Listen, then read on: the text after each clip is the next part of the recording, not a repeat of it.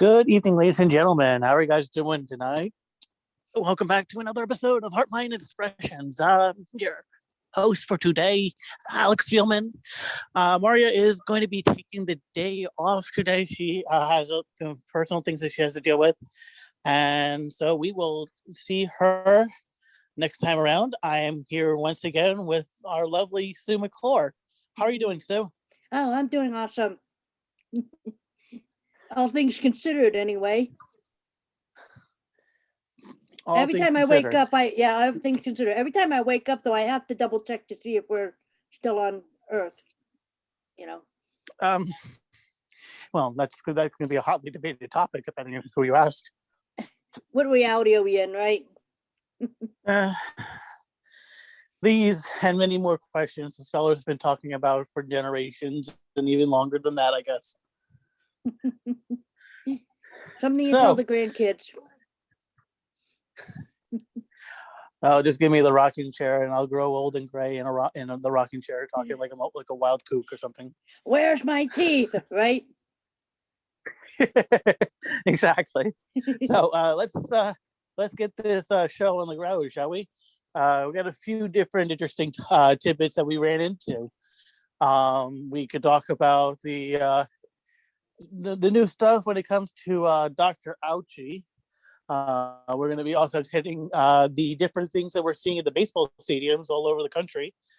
Also, we're going to be talking about taxes. And I know taxes are not exactly everybody's favorite topic, but you're going to like what kind of came out here. Then you might be blistering angry. And then I think we're going to wrap this up with something kind of interesting, which is why a lot of these things are happening in the first place. I think that's kind of important considering since a lot of us have been on this journey for quite a while. You know, some people it's been maybe a few months, other people it's been several years. And then you got other people who are very war weary or even just battle tested, and they've been doing this for several generations. I know a few people who have been doing this for most of their lives, and you know they're in their 50s at this point. So we'll let's get this going. What do you think, Sue? Absolutely. Yeah, so the first thing we're going to talk about, what, Dr. Ouchie? Let's talk about Ouchie. Dr. Ouchie, yeah. Well, he's a piece of work, actually, but I mean, originally, I mean, he was put in front and center because back then nobody knew he existed. You know, nobody knew his name, nobody knew who he was. So when Trump was in office, he put him front and center so that he would be a household name, so we would know who he is, and he just let him run his mouth however he wanted, let him say whatever he wanted. Trump knew what was going to happen and where he's been and what he has done, and he just let him, you know, eat his words. Yeah, and kind of interesting when you start diving into the good doctor's history and how a lot of the people he was working with during this COVID-19 event are very similar to other people he has worked with in the last 20, 30 years. Especially when you go into the topic of the AIDS epidemic of the 80s and into the mid 90s. A lot of them actually either first met there or that was their first major cooperative operation together. I mean, you have people kind of like you have Ouchie there, you have Burks there, and you got Redfield, who was the CDC director under Trump. And so all of them kind of came together with HIV and AIDS.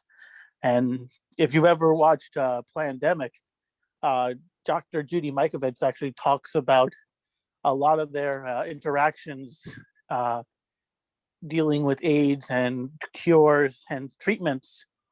And one of the things that's very interesting about that is that what's happening with COVID is very similar to what happened with AIDS in how things were dealt with. You know, you had this thing that no one knew how to deal with, and they had doctors and scientists deal with this, and there was shenanigans. Yeah, well, they were even wanting to, during the time of the age, they even wanted to try to mark people, whether you had it or not, find some way to allow us to know who has it and who don't. They made a Mm-hmm. huge scare out of it, and they're doing it again with this whole COVID thing. Mm-hmm. So they, with the whole jab and all that, whether you got it or not, um, and it's gone crazy. What I find interesting though is that the people that were involved, including the people that funded it, and definitely the biggest one was Bill Gates. And thought it was Yeah. interesting though that yet he's not very good with viruses on the computer, as to put it. I mean, he puts them in there, not very good with it, but yet we're trusting him with the virus that's going around now and helping us fix it. So that's pretty interesting. It's also kind of interesting because if you look at the website for Moderna, and I think I mentioned this prior, Yeah. but they don't call their particular vaccine, quote unquote, that. On the website, they actually call it an operating system, which I find is very curious. I'm not going to go any further than that. I'm just very interesting. But even more so than that, we get with the recent FOIA information that we're getting about the good doctor. It seems like his public opinion is completely different than his private opinion, and this has been going on for about 2 weeks now, and it's starting to make him look more like a quack. I gotta admit, it's like asking somebody to cure, or actually no, let's say that they're trying to mend a broken bone, and instead of giving you splitting the bone and making your body a lot easier to heal, they give you antibiotic, which if you have a broken bone, you don't really need medicine. I mean, besides probably um, maybe an aspirin or two. Well, he spent the entire pandemic telling us that hydroxy wouldn't work, or that any other forms of treatment that were brought out. He was talking about how they wouldn't work. I never understood. Some of the people that I have talked to out in the street said that doesn't work because it's old. And that doesn't make any sense to me, the age of the medication. I mean, I was trying to ask, what do you mean by old? Was old as in expiration date and it doesn't have any potency anymore? Or are you talking about as in an old method? And they wouldn't answer me. So, needless to say, it's just that the drug has existed for quite a while and it has proven to work on all sorts of levels. So I mean, I've already seen some people have taken it and it works. So, and you can make various forms of it yourself at home Yep. using grapefruit and zinc. So it's really not this mysterious you think it is. Well, but another thing that's interesting is that they recently had to admit that HCQ works. There was a study that just came out earlier this week, and what it did was that it said HCQ, azithromycin, and zinc will treat the virus. This, of course, was not reported by the mainstream, but there was a report that came out. It's exactly what President Trump was saying. It's also what a lot of the frontline doctors were saying. People like Dr. Simone Gold, and I forgot her name. One of the other doctors that were with her. I totally forgot her name. She has a practice up in Texas. Name escapes me, unfortunately. I apologize. Yeah, I don't remember. But there are more than one treatment to take care of, the virus. It's not that there's one way to do it. There's lots of other ways to do it. I mean, they were talking about ivermectin. They were talking about MMS. I mean, Mhm. we used MMS during the time, and it works just fine. We got over it within a couple of days. So Good. there's all kinds of different treatments that work, and there's therapeutics out there. There's all sorts of stuff. It's not that you get it and then your life is completely over. It's not that kind. It's not that dangerous. I remember when I got sick back in during the early spring, and I have to admit, I actually had kind of fun with this. And as you know, one of its main things that you deal with is the lack of smell and taste. And I actually had a little fun with that. I wanted to see how life was like without your senses. You know, it's kind of like a firsthand experience to dealing with somebody else with some type of a disability. You know, at least for a period of time where you can actually have some sense of kind of a relatability to it. Well, the last time I had lack of sense of taste is when I accidentally burnt my tongue and everything tastes like plastic. I don't know. Was that the case with you? No. It's so I literally couldn't smell. I couldn't smell a single thing. Like, for instance, I could put my face in front of a garbage bin and I wouldn't be able to smell things. Or I couldn't smell flowers. I couldn't smell vinegar. Wow. Very strong odors were like almost like a hint. You Wow. could just barely smell it. It wasn't like this visceral response that you would get from these things. And taste was the exact same thing. Like, you would have these really kind of strong flavors, and it would just be extremely muted. You could barely taste it. And then How long did it eventually, last? probably a week. Okay. It didn't last very long. It was just really amusing because once your taste, so what happens is that eventually your taste buds, they they heal, right, from this issue, and everything just tastes like crap. It's terrible tasting. Everything just tastes terrible.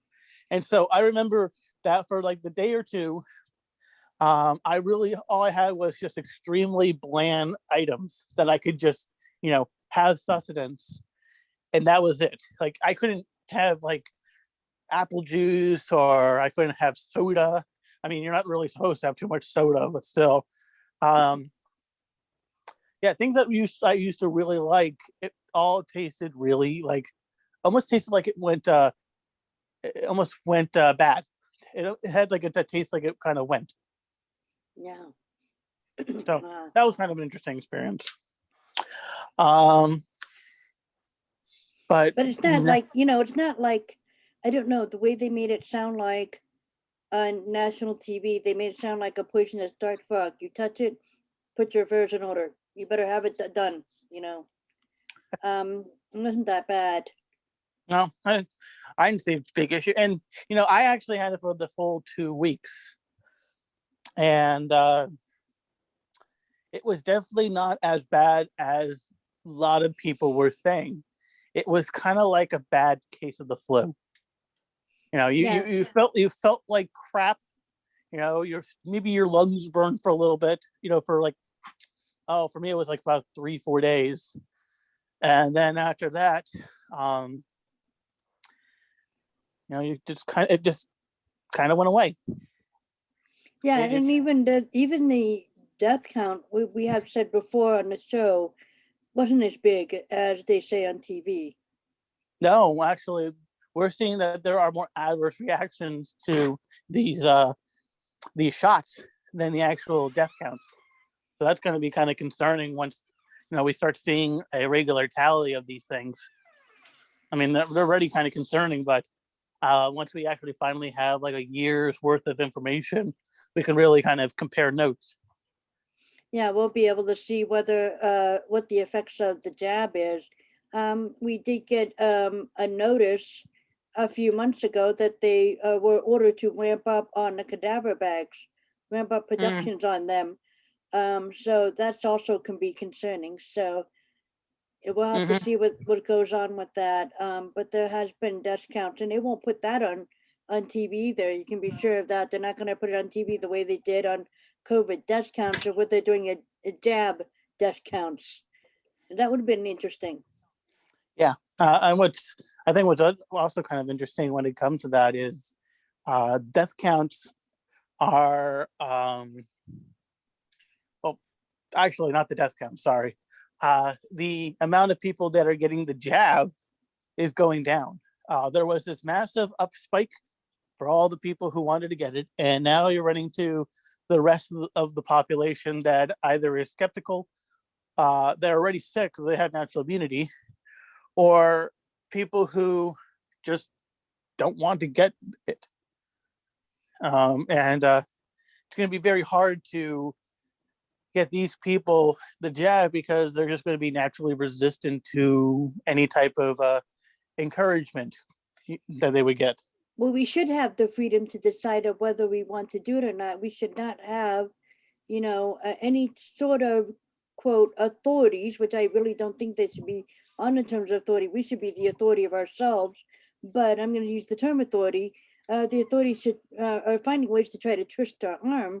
I think you mentioned earlier today what Germany was doing, right?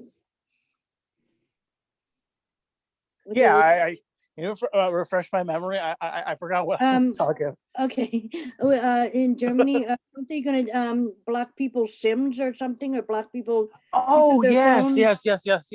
So it's not just Germany; it's other places in the European Union, but Germany in specific, they're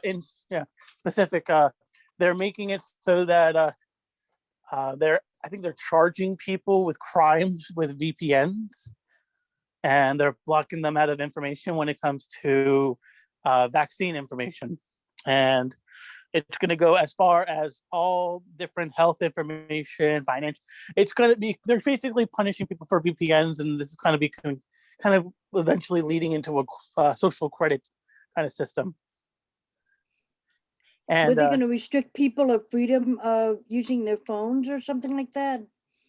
Or I mean, that's kind of the idea. and being able to get out as well. I think they were said if we have Yeah. to take as far as saying you can't go to restaurants, concerts, you name it, parks, wherever, if you Yeah. still decide not to take the jab. Yeah, that's actually the Germany is going to be like one of the first places that they're trying to do this at, because the overall plan that the European Union has is to eventually, and of course this is alleged, to create a passport system with phones and information. Yeah, they've already been talking about the passport system here in the United States, and a lot of states are not going for it. There's a lot of states that are banning any kind of concept of that. Yeah. So I don't think it's going to get very far, at least here in the United States. But I do really my heart goes out to our friends up on the other side of the pond. Oh yeah, absolutely. I mean, you can't really enforce it over here too hard anyway. The states that want to, they're broke, so they don't have the manpower to really. They can barely do the contact tracing. If they can actually get contact tracing, a lot of places are a little bit wary about that. Yeah. I mean, they only did that for a few months. Yeah. So what was else on our agenda today to talk about? Well, how about we do something a little bit later, shall we? Okay. What about those baseball stadiums recently?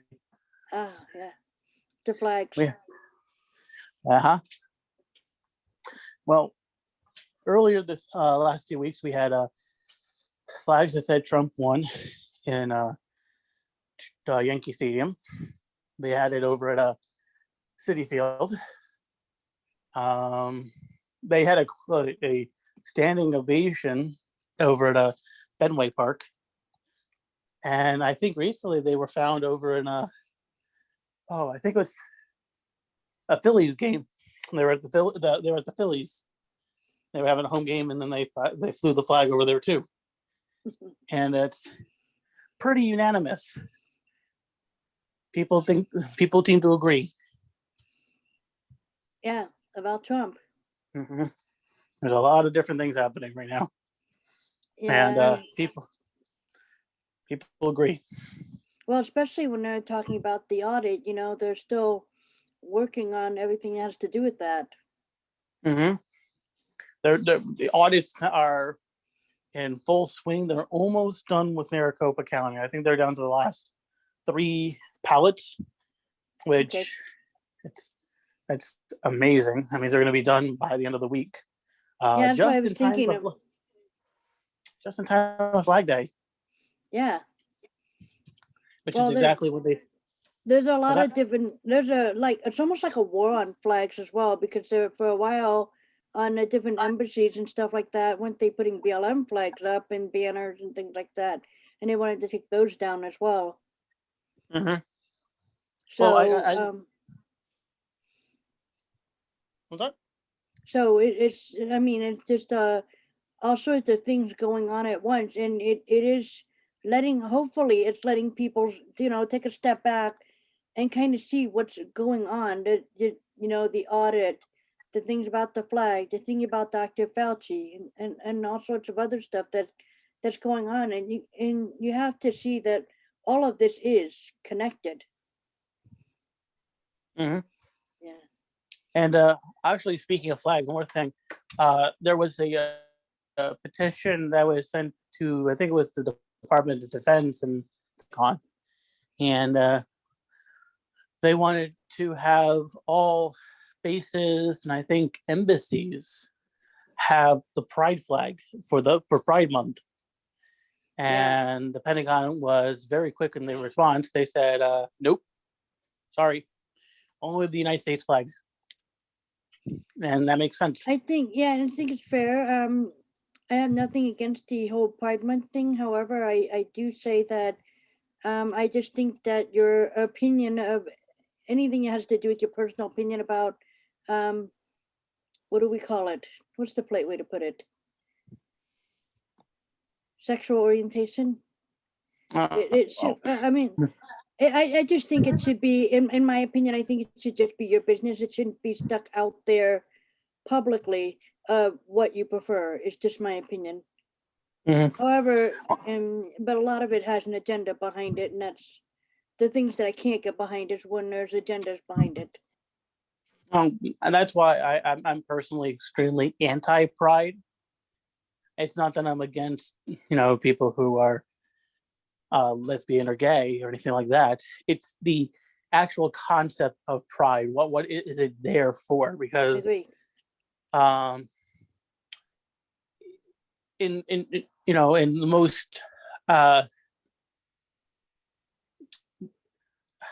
the best way I can explain it without being too colorful is there's a lot of grooming that is done. And, they're like, oh, it's pride. It's like, no, what does this have to do with pride? Like for instance, pedophilia or the dehumanization of a person by all of a sudden, changing pronouns and things like that. I mean, I understand in a person's ability to, express their own personalities and dreams and desires, but where is that considered? Where is it considered acceptable? Where does it become a person's ability to express themselves, and then after that it becomes I'm going to force someone else to agree to that, or else I actually think that the best thing is that I just believe that we should see everybody as equal. It doesn't it's just that the latest agenda nowadays is not even just with that, but also with different races as well, that they want you to think about very carefully and very long and hard who you're talking to, and then decide how you construct your daily routine, daily life, daily thoughts around that person, depending on their race. And that just sounds very complicated. I'd rather just treat people how they are, inside, whether if you're a good person, then great. If you're a complete jerk, I'm not going to have anything to do with you. It's just a normal way of thinking. To me, it's much easier. I don't want, to treat someone who's one particular race, treat them that way. And if they're another race, we treat them that way. I just don't believe in doing that. It's the same thing with your preference of your sexual orientation, as to put it. I'd rather you just treat you well if you're a good person. And that's just, what's inside to me that counts. And everything else is it's your business. I don't think I completely agree. I just don't think that you need to announce your race or your sexual preference or anything like that in order to get me to determine how I should treat you in a conversation. You basically just don't be a jerk. Yeah, simple as exactly. that. You don't have to put any other thing there. Just don't be a jerk, and everything. I think most people will get along just famously. Yeah, I think that's. I think the whole point of the united part of the United States is united. We're supposed to look after each other, and then the entire planet on top of it, we're just supposed to live in harmony and look after each other. Everything else is just up to you. I think the biggest part about the united aspect of it is that we all come from various different backgrounds, and instead of having some type of special lore or mythos, like for instance, if you go to places like England or Germany or Japan or Egypt, they only have this vast history about their country and how it became to be, and the United States is very different. Is that we don't have that expansive lore. It's just a whole bunch of people coming together and achieving greatness due to the idea that people work together better than they do apart.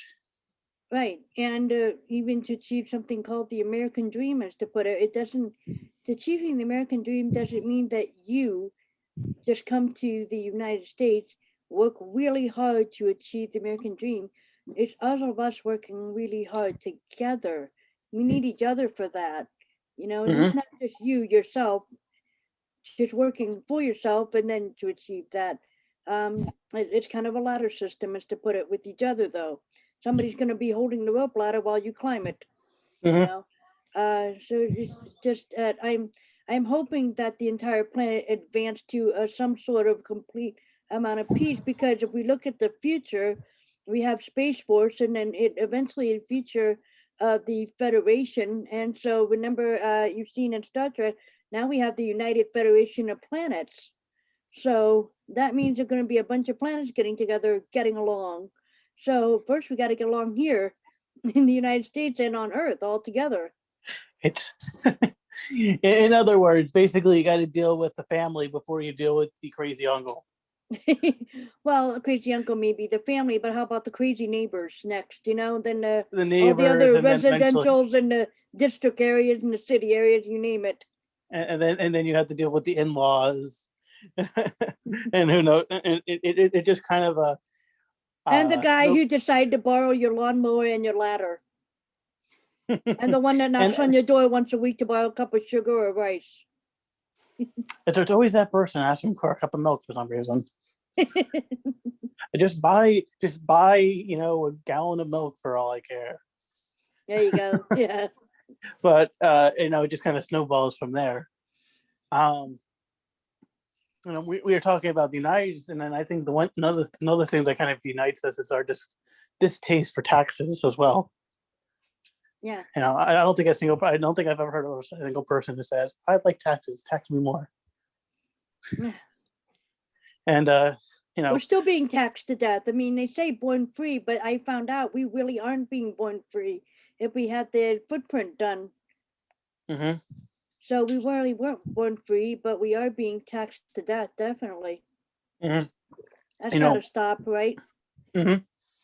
Well, there was recently a report that came out I think it was on Wednesday, and it had to do with some of the richest people in the world. Richest public people. We're not talking about the people who are you know behind the shroud of puppet strings, if you will, because there's always another Geppetto. We're just talking about the people publicly, so like Jeff Bezos, Warren Buffett, Elon Musk, and they got tax information about them. Kind of like how they did it with Trump. They're like, oh, this man they got this money, paid this much in taxes. Well, this information was very similar, and the current tax rate for the ultra wealthy is 35%. And then you go to people like Bezos and Musk, and they're not paying nearly that.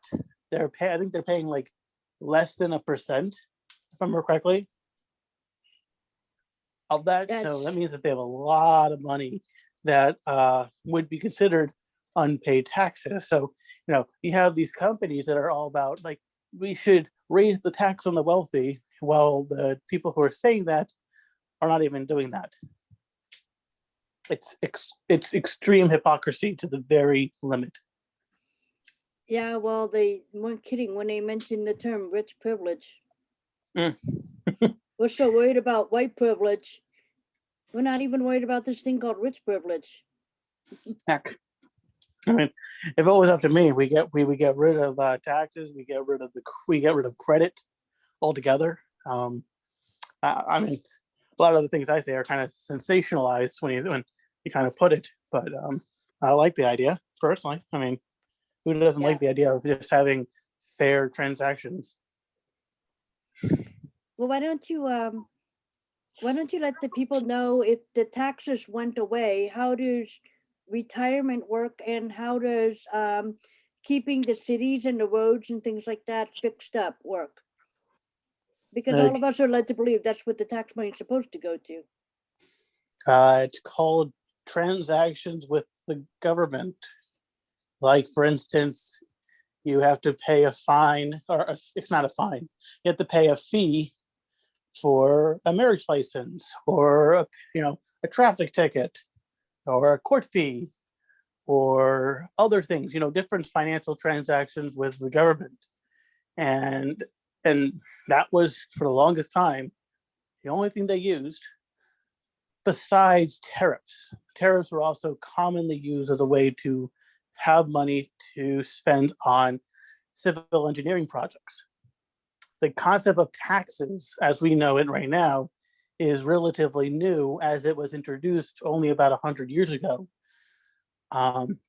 through the Federal Reserve, and with income taxes introduced after the Federal Reserve was established. Initially, it was just the rich, then it became middle class, and they include everybody. And before then, people were keeping 100% of their paychecks. Yep, 100%. So, and then somehow it turned around, and they even put taxes on your own paycheck, as to put it. So literally, you get taxed for working, called the payroll tax. You get taxed by owning property. That's called property tax. There's capital gains tax, which deals with money you earn on the stock market. You have some states have millionaires tax, so you have more money up to X amount, you get taxed off of that. Renters deal with certain types of taxes. That's more insurance. Never mind. But taxes. Yeah, I don't think we're gonna have any issues with roads or schools, especially. We shouldn't, not the amount of tax that we have, but yet the roads everywhere that we travel are pretty bad. There's only the streets of the very, very, very rich people here in St. Louis. Their streets are awesome. Everywhere else, it's pretty bumpy. Money talks, when it comes to budgets. But on top of that, one of the major things that happen in a lot of different locations is the idea of either you use it or you lose it. Yeah. Uh, and essentially what that means is they'll go to the highest bidder, and then they'll have them do the work instead of having somebody who will say, I can do this road for, say, $5,000. Well, they're like, well, that's too cheap. We can't give you this for cheap. And then another person says, well, I'll do it for $10,000. They're like, hey, that's a lot better than the $5,000. Which, to you and me, sounds like, why wouldn't you want to spend less money if you could? But of course, that money supposedly doesn't roll over. Well, they had their methods even back then when they were putting roads and stuff together. Weren't they doing things like weren't they just having people almost like not really volunteering to do them, but they were under some sort of a contract with the city, right? Yeah, city. That's how a lot of roads are built right now, is with contracts. Not the town. It's not the town or the city doing it. It's an independent contractor. Okay. It's called the bidding process. Okay. Now this is back then before all the tax stuff, wasn't it? Oh, that's a common way of transacting for a very long time. No, one of the most common ways, even before taxes, was the idea of private ownership. So private highways or private railroads. That's what I was talking about. Yeah, they just owned it, and then they charged the person a certain amount of money to use it. So I got the impression that some of the street names back in the day was the people that took care of that particular street, almost like how a tenant takes care of the particular, apartment building or whatever, the owner, the landlord. Like the landlord? Yeah, the landlord, I'm sorry. How the landlord took care of particular apartments. The apartments were obviously named after them, and they took care of everything that has to do with it. And I figured that, a lot of the streets were named after them, and they would be the ones taking care of the streets whenever anything needs to be done with it. And some owned more than one. Sometimes that was sometimes how they do it. Sometimes also roads and waterways were named after significant people who were in that area. Yeah. I know from my particular area, a lot of the names are people who were farm families. Prior to this area becoming very suburban, you have several names of streets that were the families that owned the farms in those particular lots. Yeah, that's cool. So what else we had on the agenda to talk about? So I think the last thing we're probably going to jump into is, how about some fun things? Oh, actually, we were going to talk about why we're doing what we're doing. And I think one of the things I actually enjoyed watching was, it was an interview, 5-minute interview. I think it was like a 5.5-minute interview with a praying medic.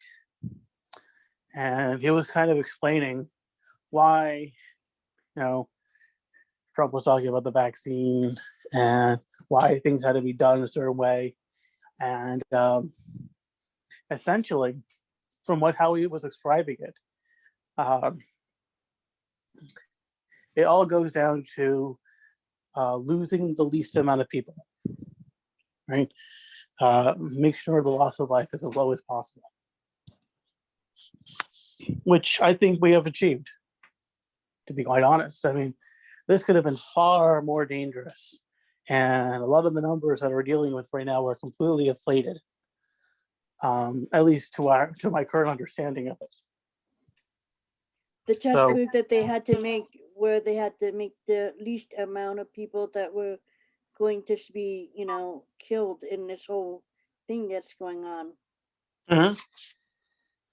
And they got to get on top of it, and they did. You did. And if you think about it, if we didn't do what we did, all of a sudden now we wouldn't know about what China has involved with, Dr. Ouchie is all about, or talk about the different governors and what they've done when it comes to their lockdowns, or how they changed election laws. All these things wouldn't have happened if certain things were not done.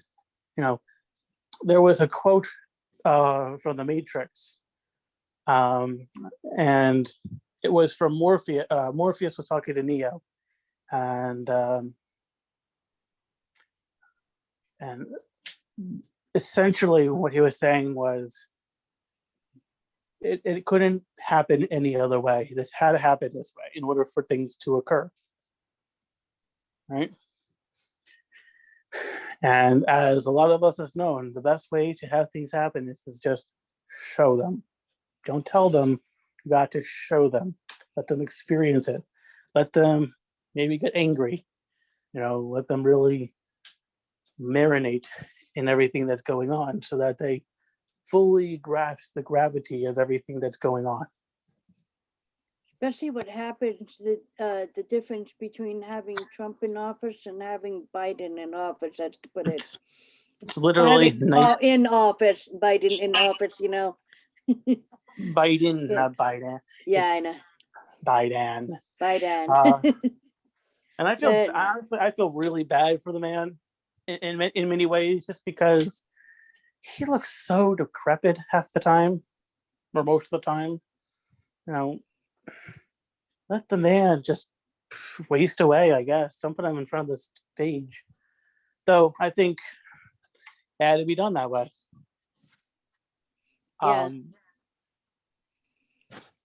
I think, well, they're doing all kinds of different angles, because there's different things out there that will wake people up. People may have a sensitivity to sports, so now they see certain sports teams supporting China or supporting certain agendas, or supporting certain things, and it offends them.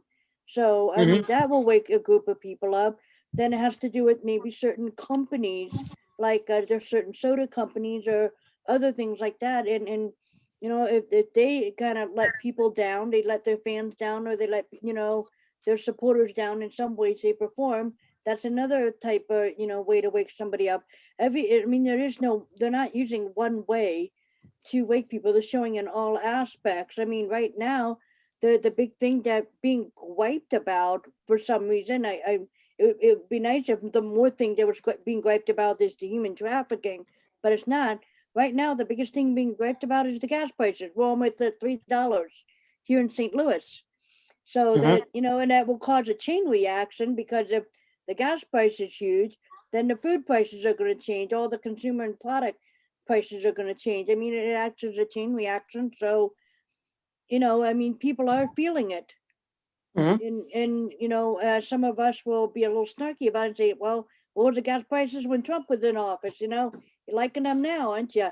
So it just that there's all aspects that's happening all at once, because people will have their own thing of what will wake them up and what will not.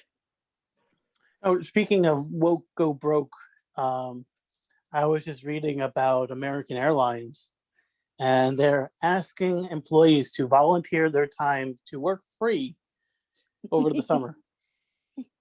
Good luck with that.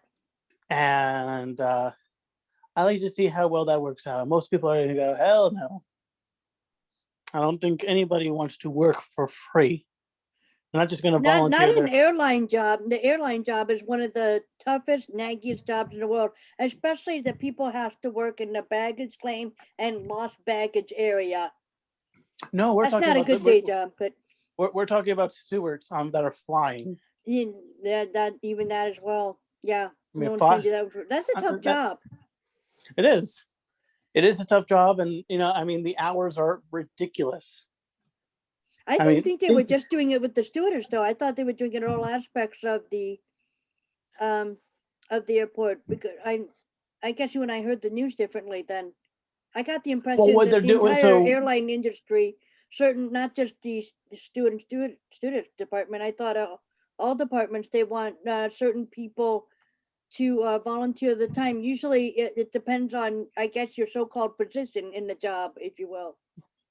I think what's happening is that it's incremental thing. It's going to happen with one group and then another group and then another group and then another group. So I'm assuming that's kind of how that's going to work, and that's not going to do very well come the summer, because we're not even in the summer and it's still pretty hot. Yeah. And isn't that the busiest time though, summer? Oh yeah, especially when we start entering 4th of July. Yeah. You know, travel is at a high time at that point. Well, they said it was going to be a hot summer, right? I guess so. I guess we'll find out what happens with all of that, and we're just gonna keep an eye on the situations. I figure that may be the case. Yeah, was there something that's supposed to happen in July? Any theories? Events? I couldn't tell you. I don't know yet. Okay. Yeah, I know I know Biden put some conditions on us. Yeah, about the jab, but if people will follow them. Yeah, I think people have the right to have their own sovereignty over their own bodies. Yeah, I don't think that you can implement a holiday or any event just because you're not going to do what the government says. I mean, you can't do that. I mean, I think you're like a little kid, basically. We built this country on the repelling of tyrants, not the creation of it. Yeah. Well, they're defeating the purpose of our so-called what we try to be free of, and it's chasing after us once again. And that's why you have people fighting in school board meetings recently, fighting against things like critical race theory. Oh my gosh, critical race theory. That's so awful. I'll go more into depth about that one next week, as we're currently running low on time. Yeah. That is a heavy subject. It's a heavy subject, and I highly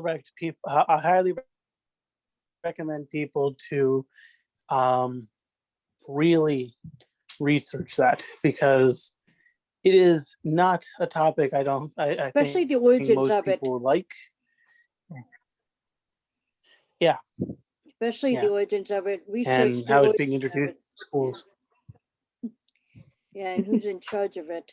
Yeah, that's some things that you guys got to look up. Definitely. And make sure you know what your schools are doing. If you have kids in the school system, find out if your schools are implementing it, or if they're not, make sure that they don't. At least that's my opinion on that. And it's your kid. Your kid. You have the right to be in charge of what they are allowed to see and don't see, what they're allowed to be exposed of and not exposed of, and so forth. I mean, the same thing, whatever gets put in them versus mentally and physically and medically, everything. I mean, that's the job of a parent. It's up to you. Shouldn't be up to somebody else. Mm-hmm. Well, Sue, we're hitting about the hour mark now. Any last minute thoughts before we wrap out here? Nothing that would be in a short subject, other than had a lot of fun with this show with you, Alex. I'm glad. I've always had a lot of fun on my Friday evenings with you guys. Yeah. Absolutely. And a thought for me is it's going to be a hot summer. Best is yet to come. Yeah, absolutely. I think we're just at the precipice. We're almost there. We're now just seeing the fruits of our labor with everything that's going on right now. Yeah. So, all right, guys. Thank you for spending the last hour with us. And I hope you guys have a wonderful rest of your week. Enjoy your weekend, and we will see you here next Friday, 8:00 Eastern. Actually, sorry about that. 8:00 Central, 9 Right, o'clock Pacific Eastern. Eastern. Yeah. Anyways, Thank guys, you. have Yeah, a good night. Take care.